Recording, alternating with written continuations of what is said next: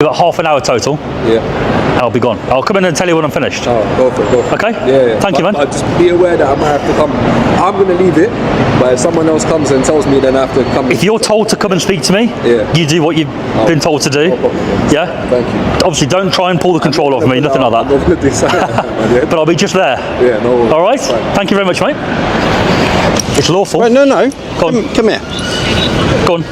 Walk with me. Yeah, sure. Where we Can going? you count? Because I don't want to assume that you're not a numerate. Can you count? Well, Did you launch it from here? no, Where did you launch it from? above there. I'll walk down to here. But you're vertically, it was seen above this spot. So No, the drone's been up there. Probably where we are now. Oh, right, okay. Along Come there. Here. Come here. Go on. Right. What are you showing me? Count. Walk me. 1. Right. Count. 2. What are we counting in meters? Right. I'm going to say. No, I don't time. know. Go on. I told you that your drone use would be considered a privacy issue to the people in that hotel. I've stayed away from the windows. I checked. It doesn't matter whether you stayed away from the window. Of course it It's matters. got a camera that can zoom in. I'm not here to zoom into the window, my friend. I don't And you know that. Welcome back, everyone. Today's case is a clash that highlights one of the most controversial gray areas in modern policing: drones. What starts as a routine drone flight near a major rail station quickly escalates into a debate about privacy, counterterrorism, and even the limits of police authority. On one side, we have an experienced auditor, confident, calm, and clearly familiar with the Civil Aviation Authority rules. On the other, an officer who seems determined to frame this lawful drone use as a security threat. But here's the hook. This isn't just about technology, it's about power. Can police lawfully detain someone without evidence of wrongdoing? Can do. Go on. With a small drone. Yeah. All right? Sure. And you can't go within 50 metres of someone horizontally. There are people Not in true. that building. Not true. Well, I'll show you the legislation. I've just looked at the diagram. Scroll down to the bottom. 250 and underground. Secondly, what did I tell you Go on. would happen? Is that this would get called in as a security alert. Been in there. I've told them. Stop talking. They had no issue. Stop talking and listen to me. Right? What did I tell you would happen? Is that this would get called into police as a security But it's alert. you. Stop You're back. talking and listen. You need to speak to your boss, mate. Right.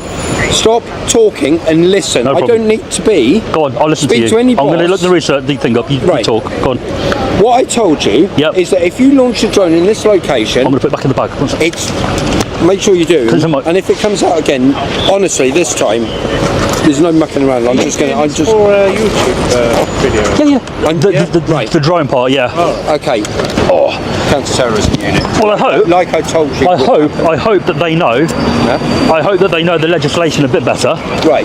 Because 250 on an underground drone can go any distance from anywhere. Okay. Within reason. Is a potential security alert enough to justify stripping someone of their rights?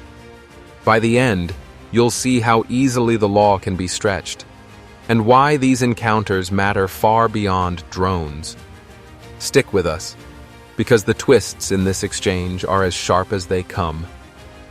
Notice how quickly the officer reframes the issue.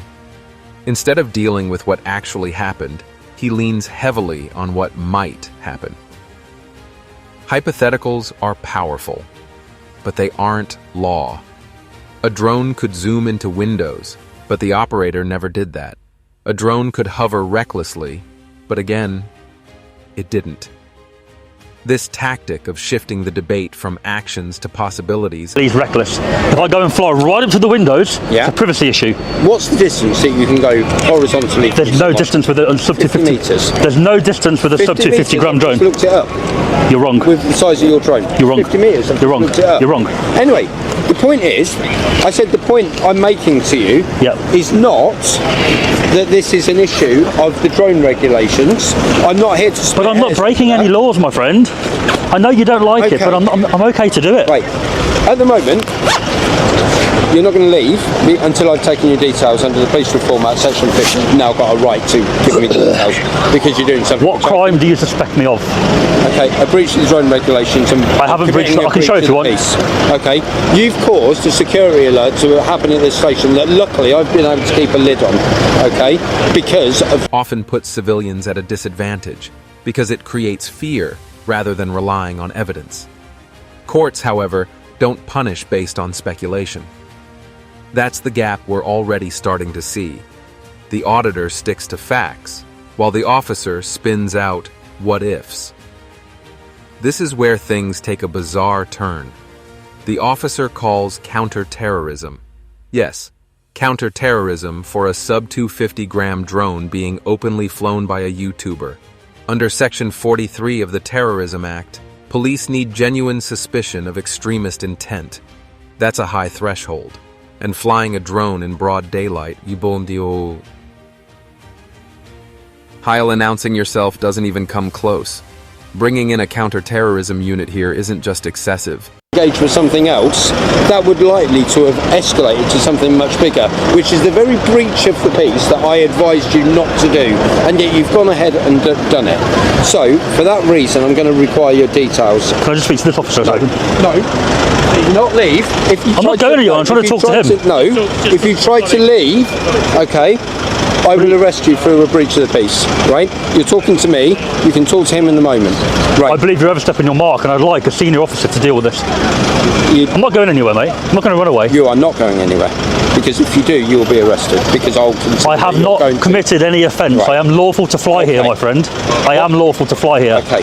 The point, as I'm trying to explain to you, which you seem to childishly trying to be getting a reaction. I just want to fly my drone, mate. Social media channel, and I'm not really bothered. I don't want no reaction. Here I just want to fly my drone. Sure an international railway station, an iconic hotel, and another railway station across the road of national importance are able to carry on operating without pointless and avoidable security alerts. CAA, yeah. Right. Drones under 250 gram, right? No. Stop. There's no distance. Right. I have not broken any regulations, so you have no suspicion of a crime. The only thing I'm required to give you is the ID on the drone, which links to the It risks trivializing the very resources meant to keep the public safe from real threats. If everything becomes a terror alert, nothing does. Here comes the turning point. The officer now demands personal details under Section 50 of the Police Reform Act 2002. The problem? Section 50 only applies when someone is causing harassment, alarm, or distress. Filming in public airspace without bothering anyone doesn't qualify. Even more importantly, drone regulation breaches, if they exist, are civil matters handled by the Civil Aviation Authority, not criminal offenses. By holding the auditor here, the officer is skirting dangerously close to unlawful detention. Article 5 of the Human Rights Act guarantees liberty, and that's exactly what's at stake in this moment. Flying a drone will not breach the peace, officer. I told you that it was likely to create a security alert. But that is not a crime. Had someone come running into our office going, there's a guy flying drones. Can you come and check it out from a security point of course. Exactly what I predicted would happen. Yeah, but I've came in to tell you what I'm doing. What if it wasn't me that he came to speak to, and it was another officer who goes, oh my God, this could be anything. Let's generally, evacuate. look, I'll be honest with you. Or he'd gone straight to his manager before coming to us, and they've made that decision. Okay. I told you that was a possibility. I can't stop people overreacting. No. I've told you. I've told the hotel. You can. I've pre-warned everybody. You can, because I told you that was a likely consequence to your behaviour. It's unjustified. And you carried on doing it. It's unreasonable. I'm not committing a crime. The auditor now does something smart. He pulls out the CAA rules on his phone and calmly reads them back to the officer. This is the equivalent of citing the law in real time, and it completely undermines the officer's authority. Here's the irony. The person accused of being reckless is the one quoting the rulebook word for word. The officer, meanwhile, waves off the actual legislation and falls back on vague claims of disturbing the peace. This is a perfect example of why knowing your rights isn't optional anymore. It's essential. Now the drone specialist enters the picture, and his interpretation creates more confusion than clarity.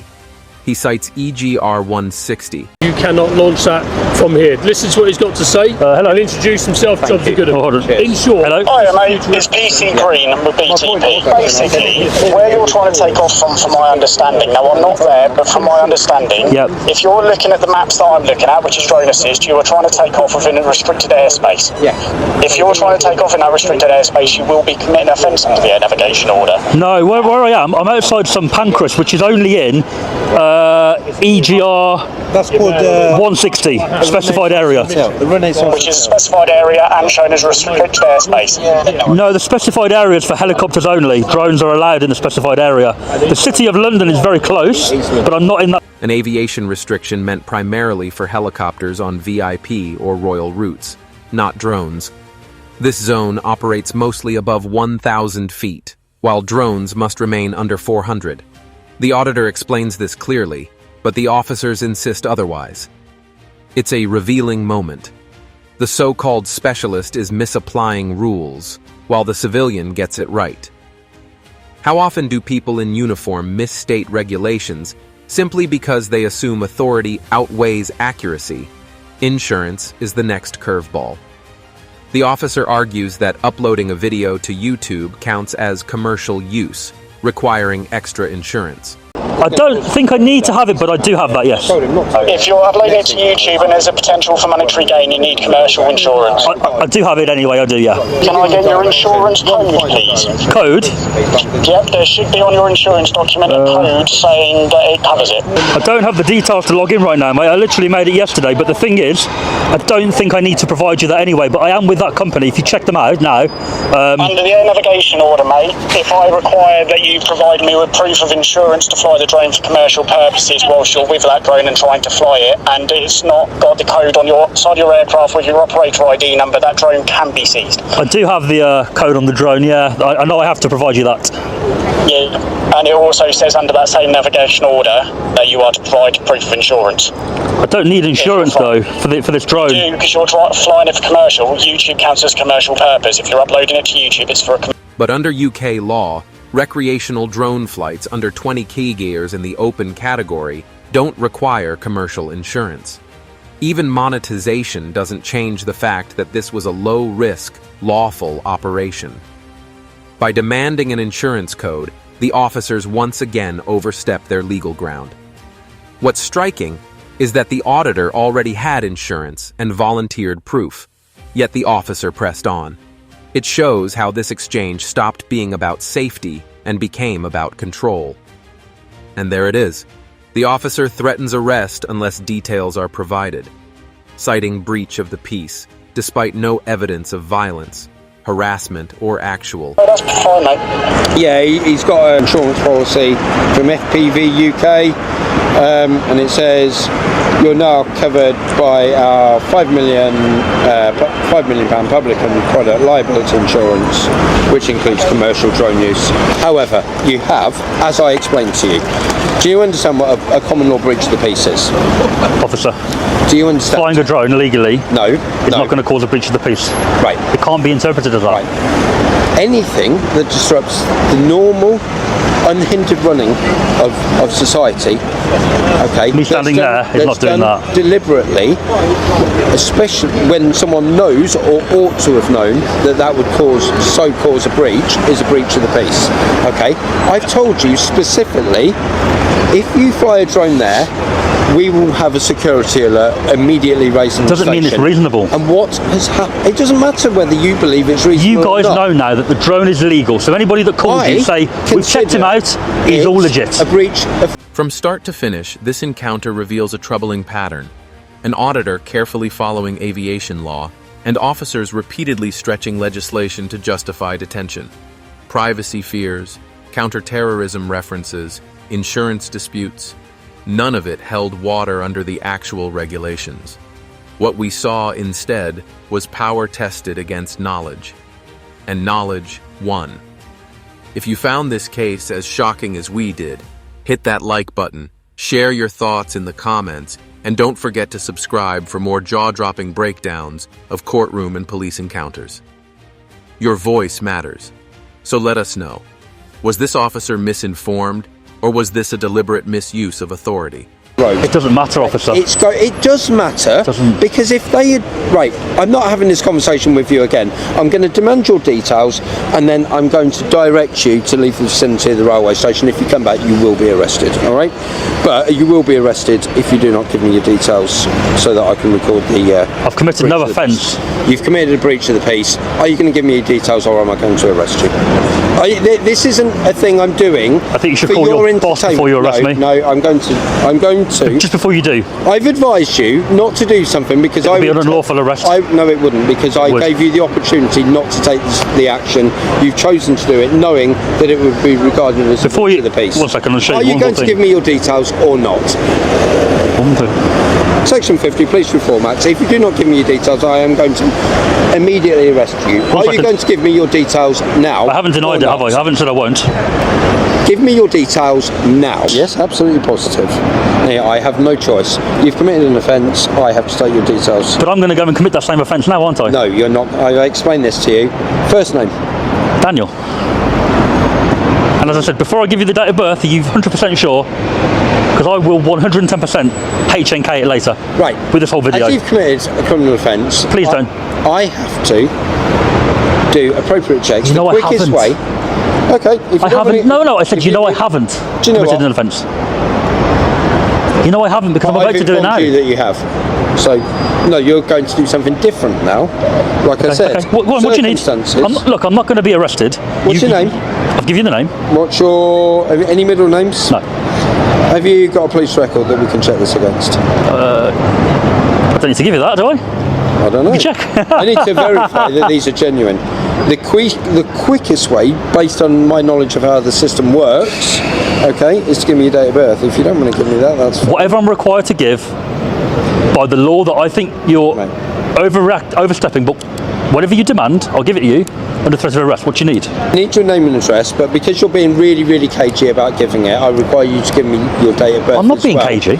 Because I'm saying it because I feel like you don't want to do it. That is a way. I feel like you don't want to overstep the mark, and I feel like you want to walk away, and you don't want to have a civil claim. That's what I feel, which is why I've said to you, are you sure? I want not to arrest someone. I'm not being cagey. No, but you've been quite... Nothing to hide. Right, give me your name and date of birth then. If you've got nothing to hide...